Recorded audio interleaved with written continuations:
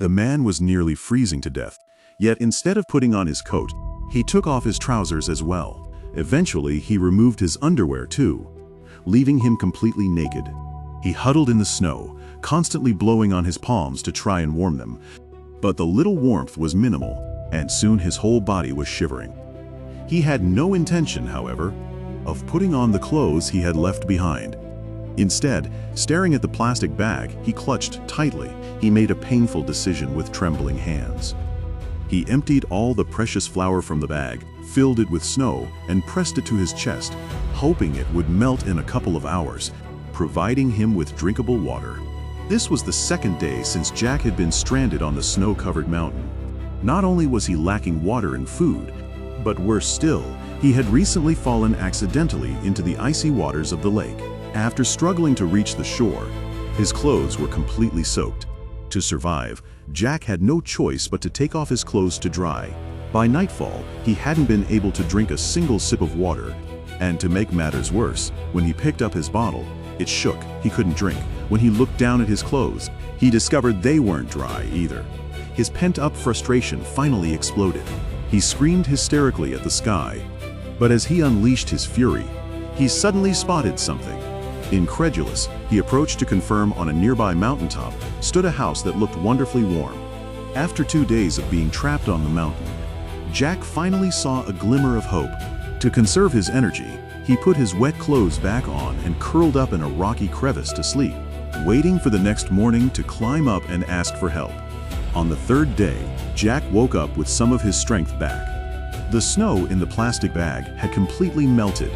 Things seemed to be improving. When he saw the distant house, partially hidden behind the clouds, he set off confidently toward it. But as time passed, the sunlight grew brighter, and after 3 days without food, his vision began to blur more and more.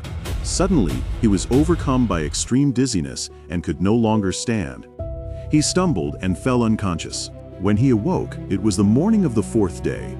He struggled to his feet and prepared to continue, but suddenly collapsed again. He felt a sharp pain in his right leg. He quickly examined it and found it was bleeding, but he didn't know when he had been injured. Jack had no means to treat the wound, so he continued his ascent, limping. But when he reached the halfway point and looked towards the summit, he froze, rubbing his eyes in disbelief. When he looked again, the summit was completely empty. Jack sank into deep despair. He finally realized that the house he had seen the day before had been nothing but a hallucination caused by hypothermia. The shattering of hope was more than he could bear. Nevertheless, he decided to keep climbing. Perhaps if the radio picked up a signal, there would be a chance of survival.